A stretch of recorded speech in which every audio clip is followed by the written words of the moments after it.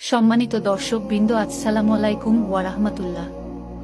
আশা করি সবাই আল্লাহর অশেষ রহমতে ভালো আছেন। আজকে আমরা উপস্থিত হয়েছি বিড়াল লালন পালন ইসলামে কি বলে সেই বিষয়ে আলোচনা করব। গৃহপালিত প্রাণীর মধ্যে সবচেয়ে শান্তশিষ্ট প্রাণী বিড়াল।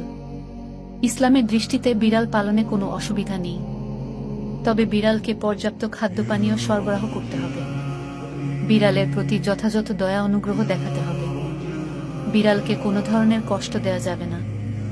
বনি ইসরায়েলের এক মহিলাকে একটি বিড়ালের জন্য মৃত্যুর পর আল্লাহ তাআলা আযাব দিয়েছিলেন, কারণ বিড়ালটিকে আটকে রাখায় সেটি মারা গিয়েছিল। প্রখ্যাত হাদিস বিশারদ আল্লামা ইবনে হাজার রহমাতুল্লাহ আলাইহি বলেন, ইমাম কুরতুবী রহমাতুল্লাহ আলাইহি বলেছেন, এ সম্পর্কিত হাদিস থেকে বিড়াল পালন ও বিড়ালকে বেঁধে রাখা জায়েজ বলে প্রমাণিত হয়, যদি তাকে খাবার দেওয়ার ব্যাপারে ত্রুটি না করা হয়। বিড়ালের প্রতি সাহাবীদের প্রীতি। রাসূল সাল্লাল্লাহু আলাইহি ওয়াসাল্লাম যখন ওযু করতেন তখন নিজের ওযুর পাত্র থেকে বিড়ালকে পানি পান করাতেন। হযরত কাবশাহ বিনতে কাব ইবনে মালিক রাদিয়াল্লাহু আনহা থেকে বর্ণিত, তিনি ছিলেন আবু কাতাদাহ রাদিয়াল্লাহু আনহু এর পুত্রবধূ। আবু কাতাদাহ রাদিয়াল্লাহু আনহু তার কাছে ছিলেন। তিনি তার জন্য ওযুর পানি ঢাললেন। তখন একটি বিড়াল এলো এবং ওযুর পাত্র থেকে পানি পান করতে লাগল, আর তিনি পাত্রটি তার জন্য কাত করে ধরলেন যে পর্যন্ত পান করা শেষ না হলো। কাবশাহ রাদিয়াল্লাহু আনহা বলেন, তিনি আমার দিকে তাকিয়ে দেখলেন আমি তার দিকে চেয়ে আছি। তিনি আমাকে বললেন, আমার ভাতিজি, তোমার কাছে আশ্চর্য লাগছে? আমি বললাম, হ্যাঁ। তিনি বললেন, রাসূলুল্লাহ সাল্লাল্লাহু আলাইহি ওয়াসাল্লাম বলেছেন, বিড়াল নাপাক নয়।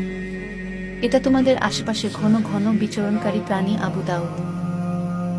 নবীজি সাল্লাল্লাহু আলাইহি ওয়াসাল্লাম এর প্রিয় সাহাবী আব্দুর রহমান রাদিয়াল্লাহু আনহুর জামার ভেতর পোষা বিড়াল নিয়ে ঘোরাফেরা করতেন। একদিন তিনি জামার আস্তিনের নিচে একটি বিড়াল ছানা নিয়ে নবীজি সাল্লাল্লাহু আলাইহি ওয়াসাল্লাম এর দরবারে উপস্থিত হন। সেই সময় বিড়ালটি হঠাৎ করে সবার সামনে বেরিয়ে পড়ল। এ অবস্থা দেখে রাসূল সাল্লাল্লাহু আলাইহি ওয়াসাল্লাম তাকে রসিকতা করে ইয়া আবু হুরায়রা, অর্থাৎ হে বিড়ালের পিতা বলে সম্বোধন করলেন।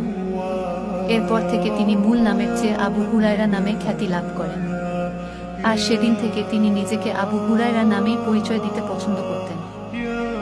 বিড়ালের উচ্ছিষ্টের বিধান।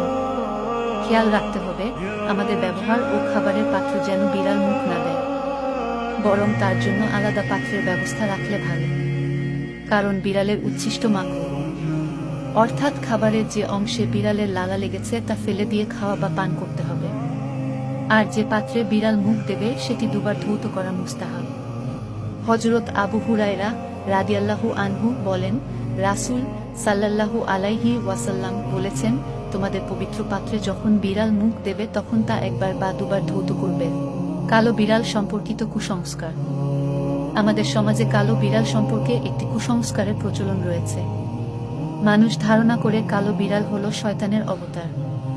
কেউ কেউ কালো বিড়াল বাড়িতে দেখলে তাকে মঙ্গল অঙ্গলের প্রতীক মনে করে। এমন ধারণা করা শিরক, কেননা সব মঙ্গল অমঙ্গল আল্লাহর পক্ষ থেকেই আসে। আল্লাহ তাআলা বান্দার সব গুনাহ ক্ষমা করলেও শিরকের গুনাহ ক্ষমা করবেন না। আল্লাহ তাআলা বলেন, নিশ্চয়ই যে ব্যক্তি আল্লাহর সঙ্গে অংশীদার সাব্যস্ত করে, আল্লাহ তার জন্য জান্নাত হারাম করে দেন আর তার বাসস্থান হবে জাহান্নাম। আল্লাহ তাআলা আমাদের সবাইকে আমল করার তৌফিক দান করুন। সম্মানিত দিনী ভাই ও বোনেরা, নিয়মিত ইসলামিক পোস্ট পেতে আমাদের এই পেজটি ফলো করুন।